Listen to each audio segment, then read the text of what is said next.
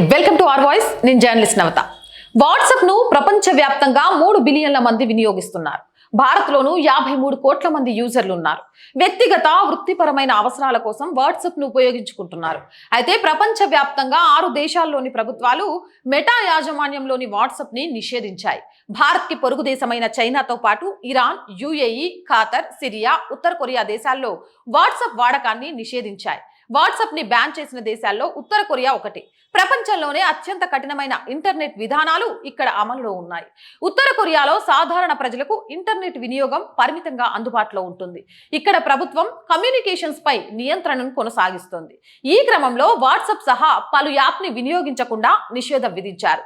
తద్వారా స్థానిక సమాచారాన్ని బయటకు వెళ్లిపోకుండా సమాచార వ్యాప్తిని అడ్డుకట్ట వేసేలా కిమ్ వాట్సాప్ ని బ్యాన్ చేశారు. ఇక చైనాలో ఇంటర్నెట్ వినియోగంపై ప్రభుత్వానికి నియంత్రణ ఉంటుంది. చైనీస్ ప్రభుత్వం ఆధ్వర్యంలోని గ్రేట్ ఫైర్వాల్ పౌరులు బయటి ప్రపంచానికి సంబంధించిన అనేక విదేశీ యాప్లు, వెబ్సైట్లను యాక్సెస్ చేయకుండా నిరోధిస్తుంది.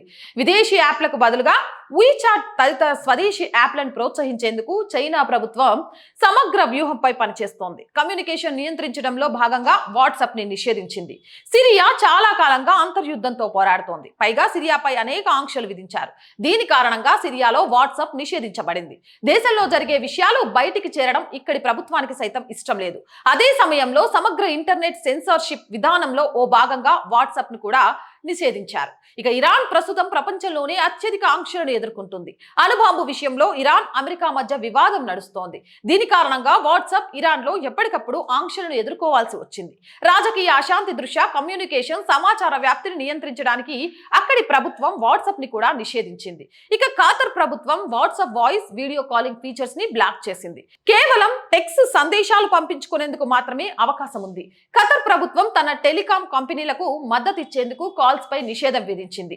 ఇటీవల కాలంలో యుఏఈలో చాలా అభివృద్ధి పనులు జరుగుతున్నాయి. అయినప్పటికీ అక్కడి ప్రభుత్వం ఖాతర్ ప్రభుత్వం తరహాలోనే వాట్సాప్ వాయిస్, వీడియో కాలింగ్ ఫీచర్లను బ్లాక్ చేసింది. యుఏఈలో టెక్స్ట్ మెసేజ్ పై ఎలాంటి నిషేధాజ్ఞలు లేవు. మరి ఈ వాట్సాప్ మీద 6 దేశాలు బ్యాన్ చేసిన విధానాన్ని మీరేమంటారు? స్వదేశీ యాప్లను ప్రోత్సహిస్తూ ఇలాంటి యాప్లను బ్యాన్ చేయాల్సిన అవసరం ఉందంటారా, లేదంటారా? భారత్లో కూడా ముందు ఇలాంటివి జరిగే అవకాశాలు ఉన్నాయంటారా? కామెంట్ సెక్షన్లో పెట్టేయండి. మోర్ వీడియోస్ కోసం మన ఛానల్ వెంటనే సబ్స్క్రైబ్ చేయండి. నచ్చితే లైక్ చేయండి, షేర్ చేయండి, సపోర్ట్ చేయండి. ఆర్థికంగా ఈ ఛానల్కి చేయుతగా నిలవండి. ఆర్థికంగా ఆర్ వాయిస్కి మీ అందరి సహాయ సహకారాలు చాలా చాలా అవసరం. ₹1 నుంచి మీకు తోచిన సహాయం చేయడం ద్వారా ఈ ఛానల్ని నిలబెట్టిన వాళ్ళు అవుతారు. దానికోసం సబ్స్క్రిప్షన్ పక్కనే జాయిన్ అనే బటన్ ఉంటుంది. 1 to 5 లెవెల్స్ ఉంటాయి. ఏదో ఒక లెవెల్లో సపోర్ట్ చేయండి.